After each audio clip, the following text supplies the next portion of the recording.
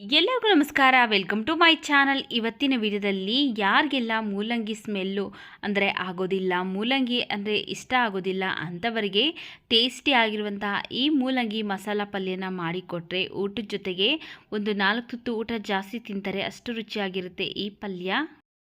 ನೋಡಿ, ಇಲ್ಲಿ ಒಂದು ಅರ್ಧ ಕೆಜಿ ಆಗೋಷ್ಟು ಮೂಲಂಗಿನ ಸಿಪ್ಪೆ ಎಲ್ಲ ತೆಗೆದು ಈ ರೀತಿ ರೌಂಡಾಗಿ ಸ್ಲೈಸ್ ಆಗಿ ಕಟ್ ಮಾಡಿ ಇಟ್ಕೊಂಡಿದ್ದೀನಿ. ಈಗ ಒಂದು ಮಿಕ್ಸ್ ಜಾರ್ಗೆ ನಾನಿಲ್ಲಿ ಒಂದು 3 ಸ್ಪೂನ್ ಆಗೋಷ್ಟು ಹಸಿ ಕೊಬ್ಬರಿ, ಹಾಗೆಯೇ 1 ಇಂಚು ಹಸಿ ಶುಂಠಿ, ಸ್ವಲ್ಪ ಕೊತ್ತಂಬರಿ ಸೊಪ್ಪು, ಸ್ವಲ್ಪ ಹಸಿ ಕರಿಬೇವಿನ ಸೊಪ್ಪನ್ನು ಸೇರಿಸ್ತಾ ಇದ್ದೀನಿ. ಒಂದು 5 ರಿಂದ 6 ಹಸಿಮೆಣಸಿನಕಾಯಿ, ನಿಮ್ಮ ಖಾರಕ್ಕೆ ಎಷ್ಟು ಬೇಕಷ್ಟು ನೋಡಿಕೊಂಡು ಹಸಿಮೆಣಸಿನಕಾಯಿನ ಸೇರಿಸ್ಕೊಳ್ಳಿ. ಅರ್ಧ ಸ್ಪೂನ್ ಜೀರಿಗೆ, ಅರ್ಧ ಸ್ಪೂನ್ ಸಾಸಿವೆ, ಅರ್ಧ ಸ್ಪೂನ್ ಕಾಳು ಮೆಣಸು, ಒಂದು ಸ್ವಲ್ಪ ನೀರನ್ನು ಸೇರಿಸಿ ನುಣ್ಣಗೆ ಗ್ರೈಂಡ್ ಮಾಡ್ಕೊಂಬರ್ತೀನಿ.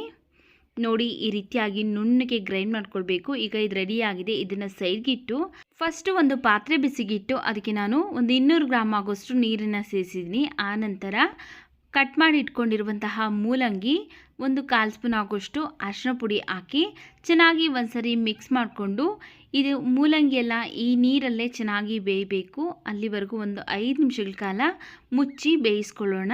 ನೋಡಿ, ಇಲ್ಲಿ ಒಂದು 2 ರಿಂದ 3 ನಿಮಿಷ ಆಗಿದೆ. ಚೆನ್ನಾಗಿ ಕುದೀತಾ ಇದೆ. ಮೂಲಂಗಿ ಈ ನೀರಲ್ಲೇ ಚೆನ್ನಾಗಿ ಬೇಯಬೇಕು. ಹಾಗೆಯೇ ಈ ನೀರಿನಂಶ ಎಲ್ಲ ಚೆನ್ನಾಗಿ ಹಿಂಗಬೇಕು. ಆದ್ದರಿಂದ 5 ನಿಮಿಷ ನಾವು ಮೀಡಿಯಂ ಫ್ಲೇಮಲ್ಲಿ ಇಟ್ಕೊಂಡು ಬೇಯಿಸ್ಕೊಳ್ಳೋಣ. ನೋಡಿ, ಇಲ್ಲಿ ಒಂದು 5 ನಿಮಿಷ ಆಗಿದೆ ಕರೆಕ್ಟಾಗಿ.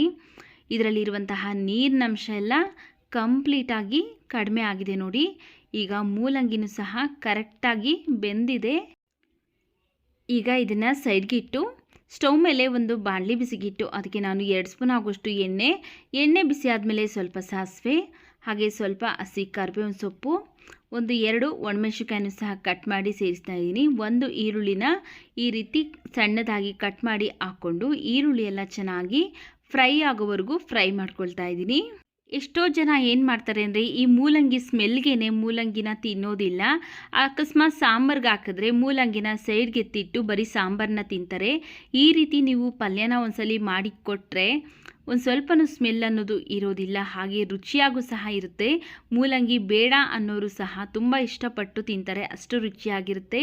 ನೋಡಿ, ಇಲ್ಲಿ ನಾನು ಈರುಳ್ಳಿ ಎಲ್ಲ ಚೆನ್ನಾಗಿ ಫ್ರೈ ಆದ ನಂತರ ನಾವು ರುಬ್ಬಿಟ್ಕೊಂಡಿರುವಂತಹ ಮಸಾಲ ಸೇರಿಸ್ತಾ ಇದ್ದೀನಿ. ಆನಂತರ ಒಂದು 2 ಸ್ಪೂನ್ ಆಗೋಷ್ಟು ನೀರನ್ನು ಸೇರಿಸಿ ಮಿಕ್ಸಿ ಜಾರ್ ತೊಳೆದ್ಬಿಟ್ಟು ಈಗ ಇದಕ್ಕೆ ಹಾಕ್ಕೊಂಡು ಇದರಲ್ಲಿರುವಂತಹ ಹಸಿ ವಾಸನೆ ಹೋಗೋವರೆಗೂ ಒಂದು 2 ರಿಂದ 3 ನಿಮಿಷ ಚೆನ್ನಾಗಿ ಫ್ರೈ ಮಾಡಿಕೊಂಡು, ಈಗ ನಾವು ಫಸ್ಟನ್ನೇ ಬೇಯಿಸಿ ಎತ್ತಿಟ್ಕೊಂಡಿದ್ರಲ್ಲ ಮೂಲಂಗಿ, ಆ ಮೂಲಂಗಿನ ಈಗ ಇದಕ್ಕೆ ಹಾಕ್ಕೊಳ್ತಾ ಇದ್ದೀನಿ.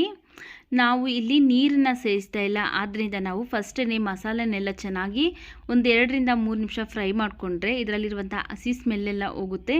ಆನಂತರ ಬೇಯಿಸಿರುವಂತಹ ಮೂಲಂಗಿನ ಹಾಕ್ಕೊಂಡು ಚೆನ್ನಾಗಿ ಮಿಕ್ಸ್ ಮಾಡ್ಕೊಳ್ತಾ ಇದ್ದೀನಿ. ಈಗ ಇದಕ್ಕೆ ನಾವು ಲಾಸ್ಟಲ್ಲಿ ರುಚಿಗೆ ತಕ್ಕಷ್ಟು ಉಪ್ಪು ಹಾಕ್ಕೊಳ್ತಾ ಇದ್ದೀನಿ. ಉಪ್ಪನ್ನು ಹಾಕಿ ಮತ್ತೆ ಒಂದ್ಸರಿ ಮಿಕ್ಸ್ ಮಾಡ್ಕೊಳ್ಬೇಕು. ನೋಡಿ, ಮಿಕ್ಸ್ ಮಾಡ್ಕೊಂಡ ನಂತರ ಈಗ ಇದ್ರ ಮೇಲೆ ಲಿಡ್ನ ಕ್ಲೋಸ್ ಮಾಡಿ ಸ್ಟೌವಿನ ಲೋ ಫ್ಲೇಮಲ್ಲಿ ಇಟ್ಕೊಂಡು ಒಂದು 2 ನಿಮಿಷ ಮುಚ್ಚಿ ಬೇಯಿಸ್ಕೊಳ್ತಾ ಇದ್ದೀನಿ. ಯಾಕಂದರೆ ಮೂಲಂಗಿಯಲ್ಲಿ ಏನಾದರೂ ನೀರಿನಂಶ ಇದ್ದರೆ ಈ ಟೈಮಲ್ಲಿ ನೀಟಾಗಿ ಅಬ್ಸರ್ವ್ ಮಾಡ್ಕೊಳ್ಳಿ ಅಂತ. ನೋಡಿ, ಈಗ ರುಚಿಯಾದಂತಹ ಮೂಲಂಗಿ ಪಲ್ಯ ರೆಡಿಯಾಗಿದೆ. ಈಗ ಇದಕ್ಕೆ ನಾವು ಸಣ್ಣದಾಗಿ ಕಟ್ ಮಾಡಿರುವಂತಹ ಕೊತ್ತಂಬರಿ ಸೊಪ್ಪನ್ನು ಹಾಕಿ ಒಂದ್ಸರಿ ಮಿಕ್ಸ್ ಮಾಡಿಕೊಂಡು ಸ್ಟವ್ನ ಆಫ್ ಮಾಡ್ಕೊಳ್ತೀನಿ. ಅನ್ನ ಸಾಂಬಾರ್ ಜೊತೆಗೆ ಸೈಡ್ ಡಿಶ್ ಆಗಿ ಕೊಡ್ಬೋದು ಅಥವಾ ರೊಟ್ಟಿ ಚಪಾತಿಗೆ ಸೂಪರ್ ಟೇಸ್ಟಿಯಾಗಿರುತ್ತೆ ಈ ಮೂಲಂಗಿ ಮಸಾಲ ಪಲ್ಯ. ಈ ವಿಡಿಯೋ ನಿಮಗೆ ಇಷ್ಟವಾಗಿದೆ ಅನಿಸಿದ್ರೆ ವಿಡಿಯೋಗೊಂದು ಲೈಕ್ ಮಾಡಿ, ವಿಡಿಯೋವನ್ನು ಶೇರ್ ಮಾಡಿ, ನಮ್ಮ ಚಾನಲ್ಗೆ ಸಬ್ಸ್ಕ್ರೈಬ್ ಮಾಡಿ ಸಪೋರ್ಟ್ ಮಾಡಿ ಸ್ನೇಹಿತರೆ.